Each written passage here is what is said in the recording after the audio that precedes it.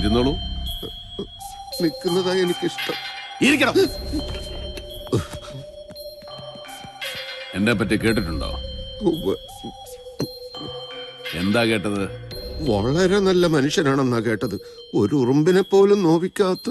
ഉറുമ്പിനെ നോവിച്ചിട്ട് എന്താണോ കാര്യം? ഉറുമ്പല്ല എന്റെ ശത്രു, പോലീസാണ്, കോടതിയാണ്, ഭരണകൂടമാണ്. ഇതിനെയൊക്കെ ഞാൻ നോവിക്കും, നോവിച്ചിട്ടുണ്ട് ഭാർഗവൻ. തെളിവുകളില്ലാത്തതുകൊണ്ട് മാത്രം ജയിലിന് പുറത്ത് കഴിയുന്നവനാണ് ഞാൻ. വല്ലവനും തെളിവും കൊണ്ട് വന്നാൽ പിന്നെ അവൻ വെള്ളം കുടിച്ചാകുകയല്ല, അത് വേറെ കാര്യം. മനസ്സിലായോ? കഞ്ചാവ് കൃഷിയാ എന്റെ മെയിൻ പണി. കൂട്ടത്തിലെ ആളക്കൊല്ലും ആനക്കൊമ്പും എല്ലാ പരിപാടിയുണ്ട്. എന്നെ ഒതുക്കാൻ നോക്കിയവനൊക്കെ ഞാൻ ഒതുക്കിയിട്ടേ ഉള്ളൂ. കേട്ടിട്ടുണ്ടോ കുട്ടിക്കാനം കുരിയച്ചന്റെ കഥ? 110 kV ഇലക്ട്രിക് കമ്പിയിൽ. അത് തന്നെ. ഇതൊക്കെ അറിഞ്ഞിട്ടാണോ ഞാൻ നല്ലവനാണെന്നാ കേട്ടെന്ന് താൻ പറഞ്ഞത്? അല്ല, മോശമായിട്ടാ കേട്ടതെന്ന് പറഞ്ഞാൽ ഇഷ്ടപ്പെട്ടില്ലെങ്കിലോ എന്ന് കരുതി. അത് ന്യായം. എന്നാ കേട്ടോ, ഞങ്ങൾ ഈ അധോലോക നായകന്മാർക്ക് മോശം കേൾക്കാനാ കൂടുതൽ ഇഷ്ടം. അതവിടെ നിൽക്കട്ടെ. ഇപ്പൊ എത്ര രൂപ ബാങ്ക് ബാലൻസ് കാണും? ഒരു 50,000 കാണും. അത് പെങ്ങളുടെ കല്യാണ ചെലവിന് വെച്ചതാ. പക്ഷെ സാരമില്ല, വേണമെന്നുണ്ടെങ്കിൽ ഇപ്പൊ തന്നെ ചെക്ക് എഴുതരാം.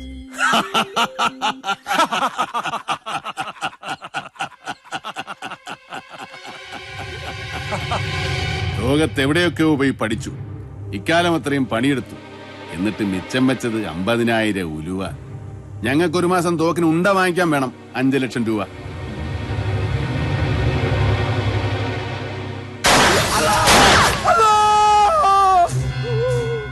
ഇതൊരു ക്ലിനിക്കാണ്. ഇവിടെ വെടി.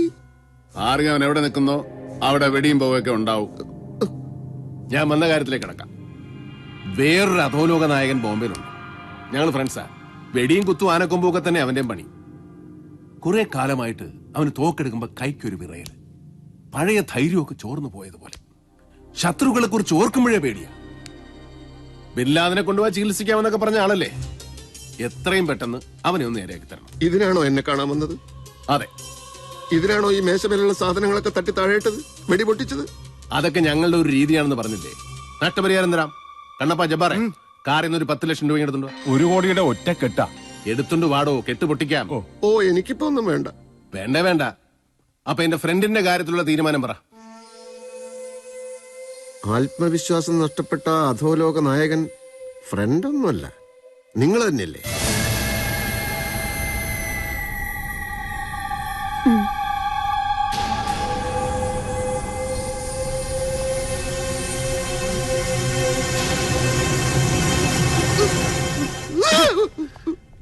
നിങ്ങൾ ഇയാളെ പറ്റി പറഞ്ഞപ്പോ ഞാൻ ഇത്രയും വിചാരിച്ചില്ല. ജഗജില്ലിയല്ലേ ഇയാള്? സമ്മതിച്ചിരിക്കുന്നു. മിടുക്കൻ.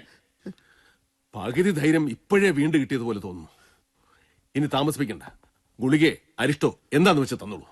എനിക്ക് എത്രയും പെട്ടെന്ന് പഴയ ഭാർഗവനാകണം.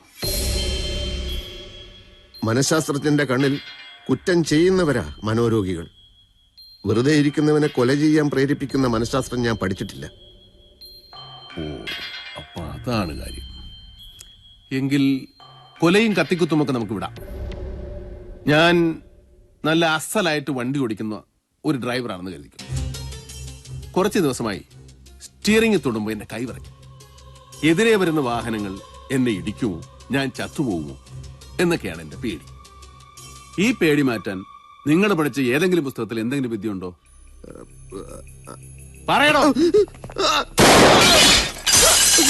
വരട്ടെ, ഞാൻ പറഞ്ഞിട്ട് മതി. എനിക്ക് കുറച്ച് സാവകാശം തരുമോ? ഏത് നിമിഷവും പൊട്ടിത്തെറിക്കാൻ പോകുന്ന ഒരു അഗ്നിപർവ്വതത്തിന്റെ മുകളിലാണ് ഞങ്ങളുടെ ഇരിപ്പ്. എത്ര സമയം വേണം? അത് ഒരു 2-3 ദിവസത്തിനകം പറയാം. ഓക്കെ. കണ്ണപ്പ, ഇയാൾക്ക് എന്റെ ഫോൺ നമ്പർ കൊടുത്തു. ആ, റെഡിയായാൽ ഉടനെ വിളിക്കണം. പിന്നെ വേറൊരു കാര്യം, എനിക്കിങ്ങനെ ഒരു അസുഖമുണ്ടെന്ന് മറ്റൊരു മനുഷ്യനും അറിയാൻ പാടില്ല. അറിഞ്ഞാൽ ശത്രുക്കൾക്ക് എന്നെ ഭയമില്ലാതാവും. അതോടെ എന്റെ കച്ചവടം തീരും. ആരോടെങ്കിലും ഈ സംഭവം പറഞ്ഞാൽ കൊത്തിയെറിഞ്ഞ് പട്ടിക്കിട്ട് കൊടുക്കും. അപ്പൊ പാക്കല.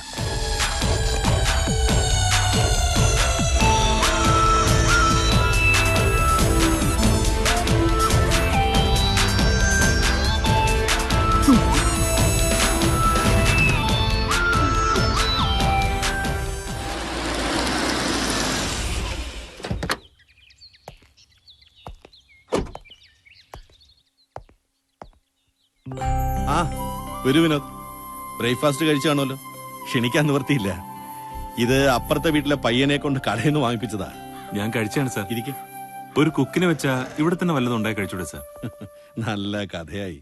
2000-3000 ഒക്കെ അവന്മാര് ശമ്പളം ചോദിക്കുന്നത്. ലോസോപ്പേ ലീവ് എടുത്ത് വീട്ടിലിരിക്കുന്ന പോലീസുകാരന് അത്രയും തുകയ്ക്ക് എങ്ങനെ താങ്ങാൻ പറ്റും? വിനോദിനോട് സത്യം പറയാലോ, നാട്ടിലുണ്ടായിരുന്ന വീട് ഞാനങ്ങ് വിറ്റു. അതിൽ നിന്ന് കിട്ടുന്ന പലിശയിലാ ഇപ്പോഴത്തെ പോക്ക്. സാർ എന്തിനിങ്ങനെ ബുദ്ധിമുട്ടുന്നു? നെർക്കോട്ടിക് സെല്ലിൽ SP ആയിരുന്ന സാറ്. എത്ര വലിയ പോസ്റ്റ് ആയാലും ചെയ്യുന്ന ജോലി എൻജോയ് ചെയ്യാൻ നമുക്ക് പറ്റണം വിനോദ്. ഇല്ലെങ്കിൽ ജീവിതം നരകമാ.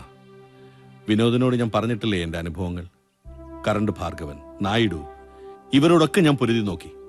ഭാർഗവനെ ഒരിക്കൽ തെളിവുകളോടെ ഞാൻ പിടികൂടിയിട്ടുമുണ്ട്. അവൻ അവന്റെ പണത്തിന്റെ സ്വാധീനത്തിൽ പോറിലേൽക്കാതെ തടിതപ്പി. ഡിപ്പാർട്ട്മെന്റ് എന്റെ കൂടെ നിന്നില്ല. ഇനിയും വയ്യ, വയസ്സുമായി. സാർ പോലീസ് ട്രെയിനിങ് കോളേജിൽ അധ്യാപകനായിരുന്നപ്പോ പറഞ്ഞത് ഞാൻ ഓർത്തു പോവാണ്. ഒടുക്കം വരെ പോരാട്ട വീര്യത്തിന്റെ കനൽ കെടാതെ സൂക്ഷിക്കുന്നവനാണ് ഒരു നല്ല പോലീസുകാരനെന്ന്. മറ്റുള്ളവരെ ഉപദേശിക്കാൻ അന്ന് തയ്യാറാക്കി വെച്ച വാക്കുകൾ ഓർത്ത് ഇപ്പൊ ഞാൻ ലജ്ജിക്കാണ്.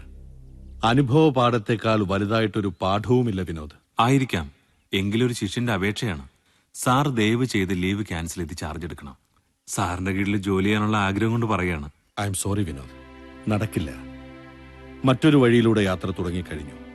24 മണിക്കൂറും ജോലി ജോലി എന്ന് പറഞ്ഞ് നടന്നതിലാണ് മകളെയും കൂട്ടിക്കൊണ്ട് ഭാര്യ പിണങ്ങിപ്പോയത്.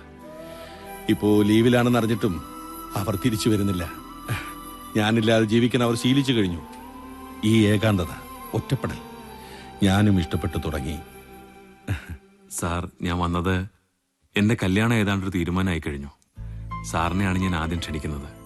റിംഗ് എക്സ്ചേഞ്ചിന്റെ അന്ന് സാർ ഉണ്ടാവണം. It's A very good news. ഞാൻ എന്തായാലും ഉണ്ടാകും Vinod. Congrats and advance blessings. Thank you very much sir. അപ്പൊ ഇറങ്ങട്ടെ. കാണാം.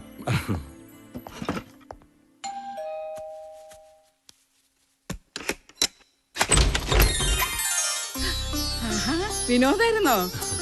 ഞാനിപ്പോ ആലോചിച്ചതേ ഉള്ളൂ, കുറച്ചു ദിവസമായിട്ട് വിനോദിനെ കണ്ടില്ലല്ലോ. ഒന്ന് വരൂ. ഇടയ്ക്കിടെ വന്ന് നിങ്ങളെ ശല്യപ്പെടുത്തണ്ടല്ലോ എന്ന് കരുതി. ആഹാ, ഇതിപ്പോ വിനോദിന്റെ കൂടെ വീടല്ലേ? ഇരിക്കെ, ഞാൻ കുടിക്കാൻ എന്തെങ്കിലും എടുക്കാം. രാധികയെ. അയ്യോ, ഞാൻ രാധികയെ കാണാൻ വന്നൊന്നുമല്ല. അതെനിക്കറിയാം. വന്ന സ്ഥിതിക്കൊന്ന് കാണുന്നത് കൊണ്ട് കുഴപ്പമൊന്നുമില്ലല്ലോ.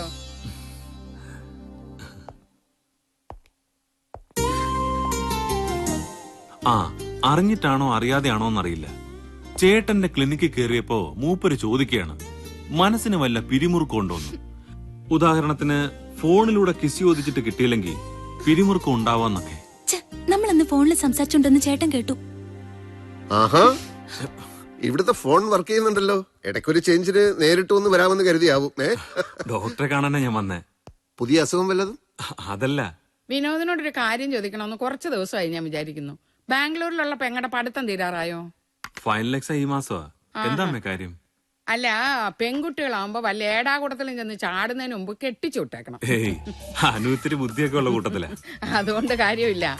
അവളെക്കാളും ബുദ്ധിയുള്ള വല്ലവന്മാരും പുറകെ നടന്നാലോ? അക്കൂട്ടത്തിൽ ചിലപ്പോ അവളുടെ ഇരട്ടി പ്രായമുള്ളവരും കണ്ടേക്കും. അതൊക്കെയാ പ്രശ്നങ്ങൾ. അതുകൊണ്ടാ ഞാൻ പറയുന്നത് ഉടനെ കെട്ടിച്ചു വിടുന്നതാ നല്ലത്. അത്ര ധൃതിയുണ്ടെങ്കിൽ അമ്മ തന്നെ അങ്ങ് കെട്ടിക്കോ.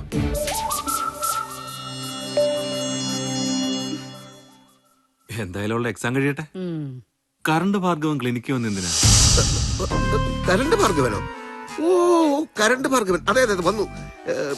എവിടെയോ പോകുന്ന വഴിക്ക് അവിടെ കയറിയതാ. നിങ്ങൾ തമ്മിൽ മുൻപരിചയമുണ്ടോ? ഇല്ല.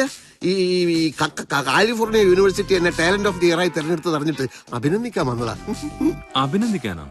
ഭാർഗവനോ? അവനേതോ വലിയൊരു കള്ളനല്ലേ?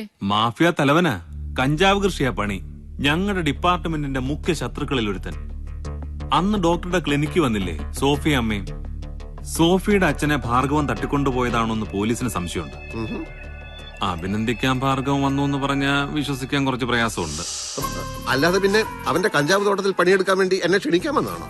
എന്തോ, അവനുമായി ബന്ധപ്പെടുന്ന എല്ലാരും പോലീസിന്റെ നോട്ടപ്പുള്ളികളായിരിക്കും. അതുകൊണ്ട് പറഞ്ഞതേ ഉള്ളൂ. ഏയ്,